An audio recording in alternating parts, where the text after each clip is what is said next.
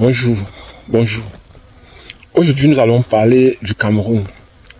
Le Cameroun, un pays souverain, maintient le contrôle de ses affaires internes.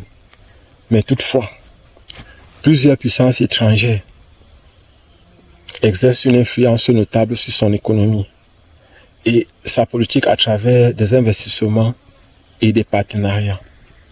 On va commencer par voir la France, la Chine, les États-Unis et la Russie. Quelles sont les influences que ces pays-là ont sur le Cameroun? On va donc commencer par la France. Ceux qui sont nouveaux sur cette chaîne, sachez-le, je m'appelle Job Kamdem, je suis répétiteur de profession, enseignant de formation. Je suis actuellement dans la région de l'Est pour un projet entrepreneurial. Je pense au moi de faire cette analyse géopolitique et géostratégique aujourd'hui. Donc, on va commencer par la France. La France, en fait, est l'un des meilleurs investisseurs au Cameroun. En 2021, ces investissements directs étrangers, c'est-à-dire ce qu'on appelle les IDE, étaient de l'ordre de 481,5 milliards de francs CFA.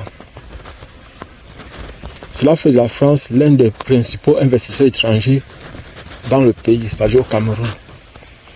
Pour ceux qui veulent avoir l'information, vous pouvez aller dans investiraucameroun.com. Vous partez dans investiraucameroun.com, vous aurez cette information-là. Et maintenant, on a aussi la présence des entreprises françaises. On a plus de 200 entreprises françaises au Cameroun, couvrant divers secteurs tels que l'exploitation pétrolière, Perenco. Donc en fait, en ce qui concerne l'exploitation pétrolière, on a l'entreprise qu'on appelle Perenco. Pour l'agro-industrie, on a les compagnies fruitières, la banane, Cospat Bolloré, on a l'huile de palme, on a Samdia, le sucre et la farine, on a Castel pour la boisson. Donc voilà quelques entreprises françaises que on est déjà. Pour les BTP, on a Vinci, Soja, Satcom, on a Fayat, Razel, on a Bourrigue, DTP, Terrassement. Pour le transport et logistique, on a Bolloré, Africa Global Logistique, MSC, on a CMA, CGM, Delmas. Pour les télécommunications, on a la société Orange Cameroun. Les services financiers, on a la Société Générale et on a AXA. Donc voilà les investissements de la France au Cameroun. Nous allons voir maintenant en ce qui concerne les investissements de la Chine. L'investissement de la Chine est prêt. Donc, on va voir que la Chine a accordé des prêts substantiels au Cameroun pour financer des projets d'infrastructure, notamment des barrages hydroélectriques, les routes et les stades. Vous vous souvenez par exemple du stade de Lembe à Yaoundé, les barrages par exemple. Présence sécuritaire.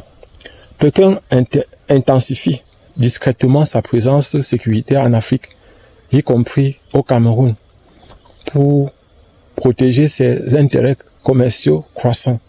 Donc, vous voyez par exemple que, en fait, en ce qui concerne la Chine a ceci de particulier avec les pays africains, et plus particulièrement le Cameroun, c'est que la Chine prête beaucoup. C'est-à-dire la Chine vient faire des investissements, et c'est avec les ressources minières, les ressources naturelles, principalement l'or, qu'ils récupèrent leur argent.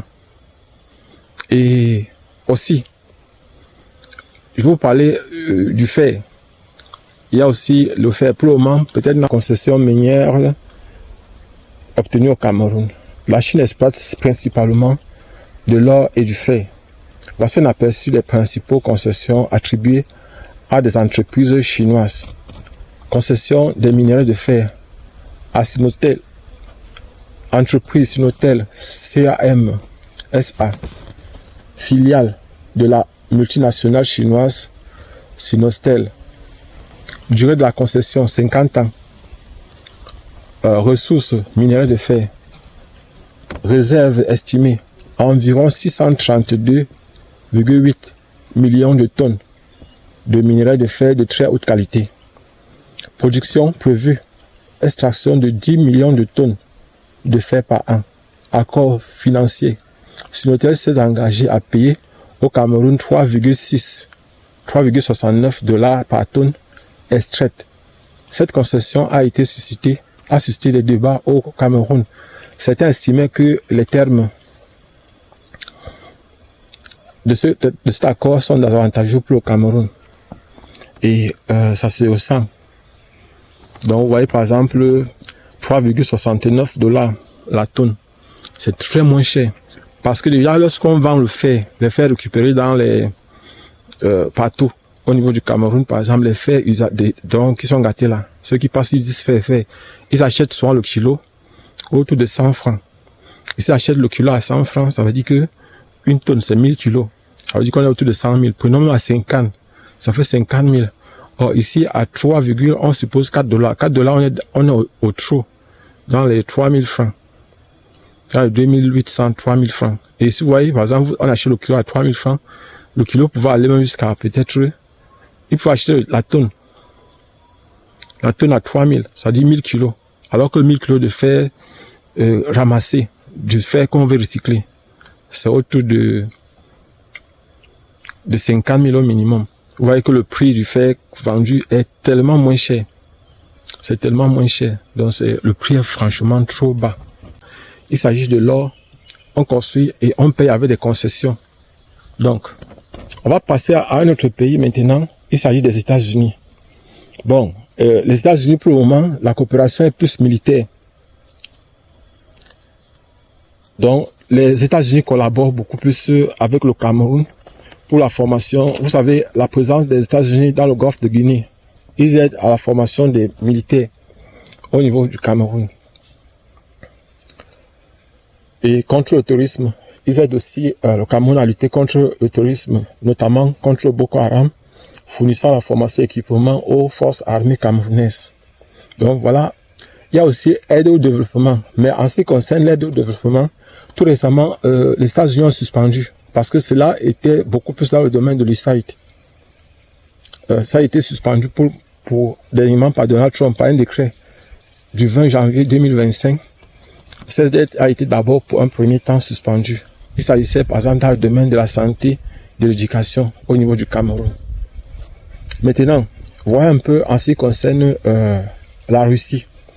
La Russie manifeste un intérêt croissant pour l'Afrique centrale, y compris pour le Cameroun. En cherchant à établir, la Russie cherche à établir des partenariats militaires et économiques.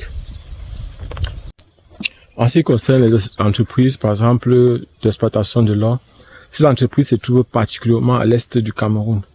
Et les Chinois ont plusieurs concessions en ce qui concerne la transformation de l'or. Je n'ai pas les données pour le moment en ce qui concerne les concessions d'or.